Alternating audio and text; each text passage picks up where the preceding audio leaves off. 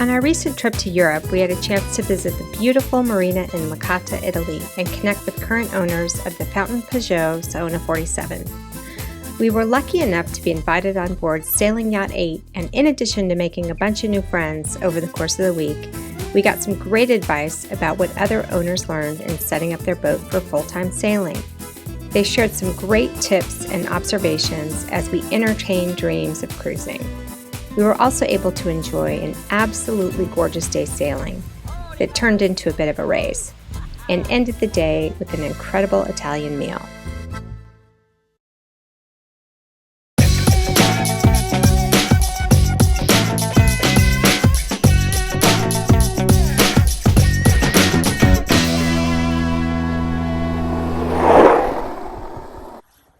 One of the biggest concerns about a catamaran for cruising, especially if your plans are to cross really large bodies of water, is about the stability versus a monohull. Everyone talks about it.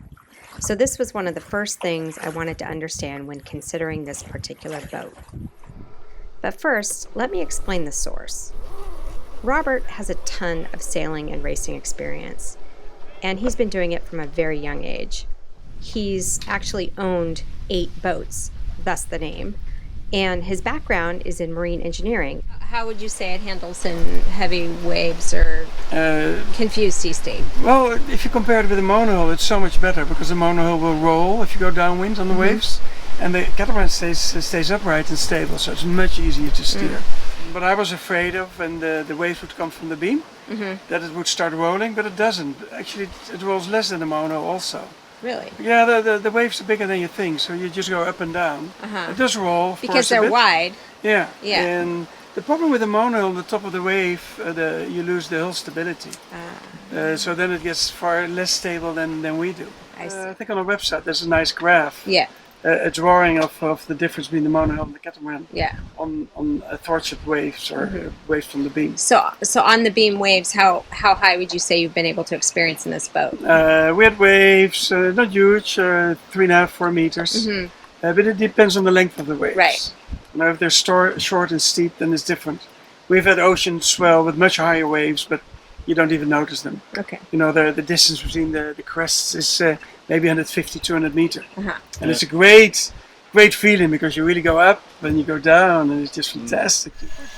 What they stressed a lot was to be clear about what is important to you when choosing a boat and then outfitting it. The choices they made were based on comfort, livability, and single-handed cruising.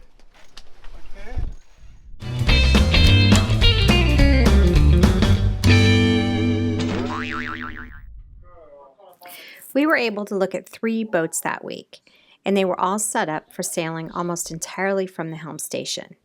This not only helps make it easier for one person to sail the boat, it's also safer in rough weather conditions or at night. Well, to begin with, what we added is jammers and a foot block with a stop off for the jib sheets. That allows me to clear the winch if I need the winch for something else. Let's say we want to put a reef in. We also added 3 of the clutches here. So these are the inboard ends of the reefs, of reef number 2 and reef number 3. So the inboard end is the forward end. And originally you had to go to the mast, climb up the mast, let the halyard go, hold on with 2 hands on the mast and try and put a strap around the sail, and it was just impossible. You don't have enough hands. No, and I don't want to be out of the cockpit here in bad weather. You know, I'd like to control everything from here. So that's why we added the jammers. So what we do with the reef, we let the halyard go to the mark, and then we can pull in reef 1, that's a single line reef, so just the whole thing. This only pulls on the luff of the mainsail, so we do that first. And when that is done, then obviously this winch is free because the main halyard is on the clutch, and then I can pull the outboard ends tight of reef number 2 and reef number 3. So we use both winches when we set a reef. And that is why it's nice to be able to lock off the Genoa, because then I have the 2 winches available to put in the reef. He has a nice clean setup with a carbon wheel and even upgraded the winches. He can also control all of them with just a touch of a button on this really cool custom install he did. I won't attempt to explain how he's running the lines, but if you check his website, he has a ton of useful technical information. But I have to say, as a newbie, even I was geeking out on some of his cool gear.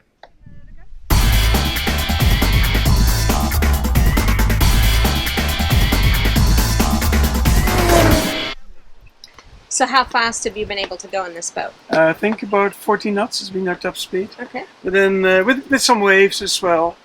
But just flat water, it's about 11 knots. Mm-hmm. So that's good. Now we're quite heavy, you know, we are ready to cross the ocean. So we've loaded a few thousand kilos of Dutch cheese and books and wine. So, so the idea was to compare mainsail and spinnaker, and his mainsail and spinnaker, but then sailing really deep to see which sail is the most stable.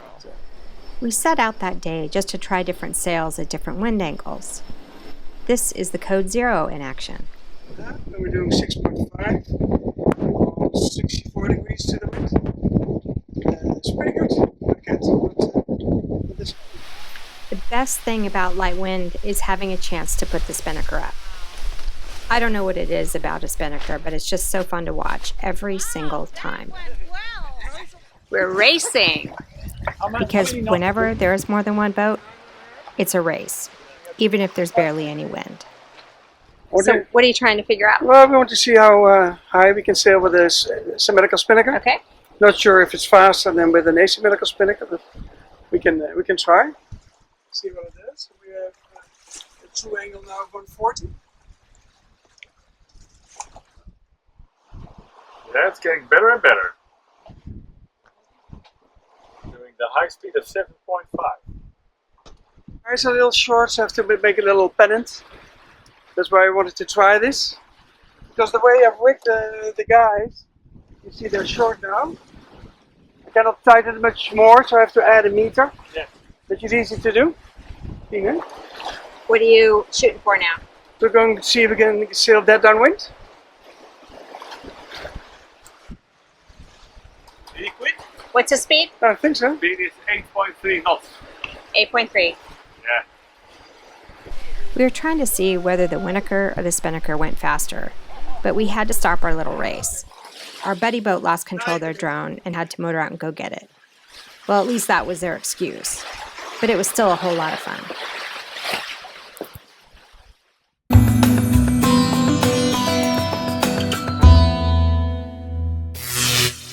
I have to say, this is the nicest solar installation I've ever seen.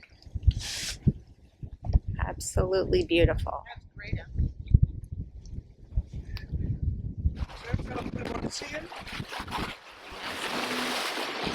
That's the Wadden Sea. He added this extra pulley maneuver. We are, so we have 11.5 knots of wind. Our GPS speed is 5.5 knots, 5.4 knots, and we're generating like 7 amperes. Nice. Obviously we're using electricity. We were using 6-7 amps, and now we're above, so it's charging. Nice. But the battery is almost full, so the regulator will bring down the charge current. You see, we're at 99.5%, so yeah, it cannot charge full, but it's okay. More energy is always better. Yeah. Than the energy. So how much energy overall does it produce for you? Well, it depends, of course. If it's full sun, we have 840 watts of solar, and then the Wadden Sea theoretically can do 600 watts, but normally we will be between 400 and 500 watts. Yeah, and that's quite a lot. It's a lot of energy. We use, with the autopilot on and sailing and the fridges and everything, we use about 250 watts. And that's when you're sailing?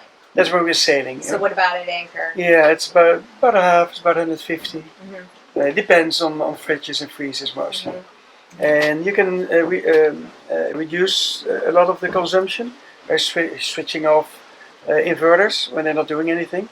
So then you just switch it on when you need the energy. And there's 2 inverters on the boat. One that just keeps the clock running on the oven, which uses barely energy, but the inverter itself in standby mode uses already 1 or 2 amperes all the time. Yeah. And that's a waste, really a waste of energy. Yeah. So I did change the wiring to be able to do that. Because it was connected in the same switch as the fridge. And the logic is that when you have the fridge on, you want the oven on and the stove, it's the ignition on the oven in the stoves. Basically what it does. And even if you don't use the oven in the stove, you use 2 or 3 amperes. And that's how it came? Yeah, that's and then standard. You changed it? Yeah, Okay. I put it on a different switch. Okay. So now I can switch the fridge independently from the stove. Oh, that's good. Yeah. Yeah, so I just saved the 2 amperes. And then do you use the generator at all? Barely, yeah. We've just used it when it's really cold and we wanted the heaters on. Because we got the reversible air conditioning. So that's the only time we've had it on.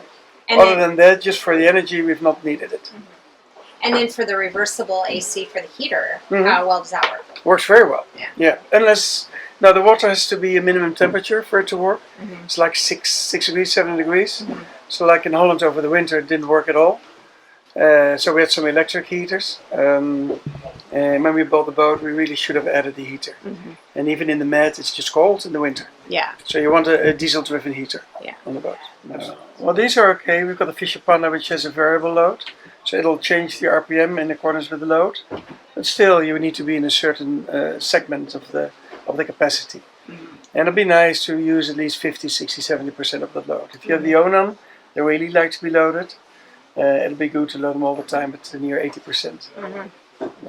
Otherwise, they don't get warm enough, and it falls the engine. So that's a reason why you want to load them. And what's the purpose of the generator? It's not much anymore. Yeah. Because you can generate your own electricity with the solar and with the watt and sea. And especially during the daytime when there's a bit more wind, it's also enough to make water with the 12-volt water maker, which uses about 30 amps. So now that would not be enough, but with more speed we can. And then we are self-sufficient. So then the generator would only be useful for the AC? Yeah. Okay. Yeah.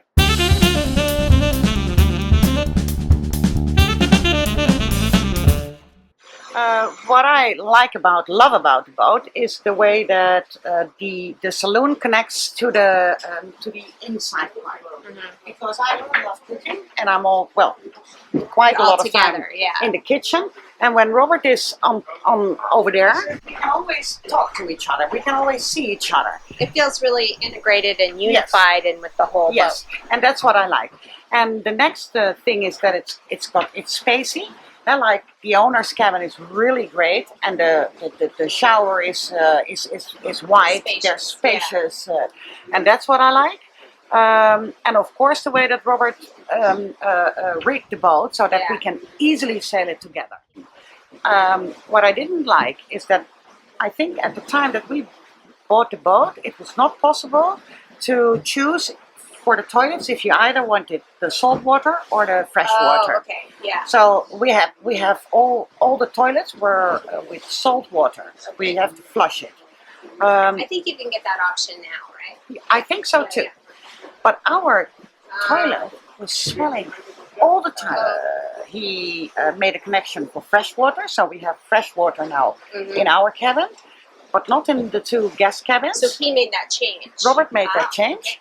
And when he opened, the whole thing, it appeared that at the factory they tightened something a bit too harsh, and then there was a little hole in the pipe, and when you flush it, a drop of would come out, and that will give that whole smell. So that was the problem. The second thing is that cooking area where you have the there's no thing to hold the pots on. right there, and that's really a necessary thing, that you have something to protect that the pots stay on the stove. Underway. Yes, right. And for the rest, I to be honest, I think it's our perfect boat. Yeah. And we enjoy it so much. Yeah, I mean, look at this. When it comes to storage, there's a lot of storage in this boat. Let's start at this side. Here we have, like our breakfast things and toast and snacks and whatever.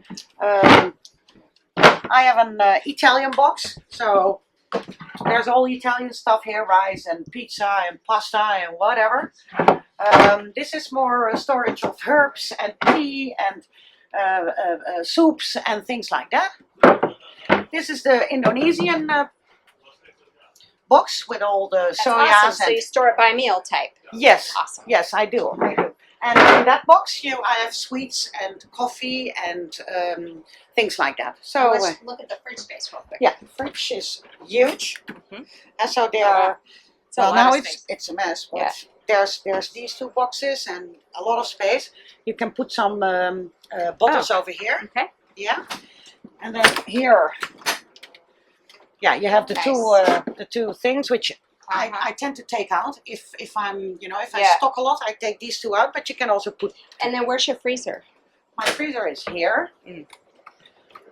And Oh, it's got the doors. Yeah, it's got three. Nice. So I can stock quite a lot. Yeah. Quite a lot. And Very then good. we have the extra space over there. Okay.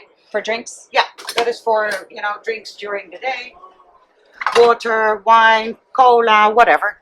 Cool. Yes, I have a washing machine, Oh, wow. Dishwasher. and Yeah. it's got Cool. one, Nice. and I can stock up really a lot. Mhm. And then I've got a grill pan, a wok pan, just the normal whatever, and these three. And I've got big ones in the back. If I have many people and I have to, cook a big pasta, meal. a big Yeah, meal yeah, or yeah. whatever, I've got more in Very the back. nice. You're very organized. Yeah. These guys did something really cool that gave me a little bit of closet envy. In the forepeak areas, they created extra storage shelving with bins. On one side, they store kitchen and household items, and on the other, there's basically a workshop set up with tools and gear. They weren't crazy about the table options available at the time, so they got creative and did something a little different, which I thought was pretty clever. Well, this table is made from a Licata table. The carpenter cut the table and put it together again. Then we ordered the legs, the same legs as the door outside, as the table outside. Yeah. And then we put the table over here, and to make it easier, Oh, To you have the walk- hinges. Yeah. Yeah. so you can slide the table. Back and forth. Very good. So then you have more space. Now it's in, so you have a lot of space. And there's a lot of space in the middle Right. here to walk. Right. And then this cube you got extra, Yeah, we have an extra cube. There's one and there's one downstairs. standard downstairs. Very nice. And this one. And so you can seat 6. at least. Very yeah. good. Yeah. Very nice. It was so amazing to meet this warm and generous couple.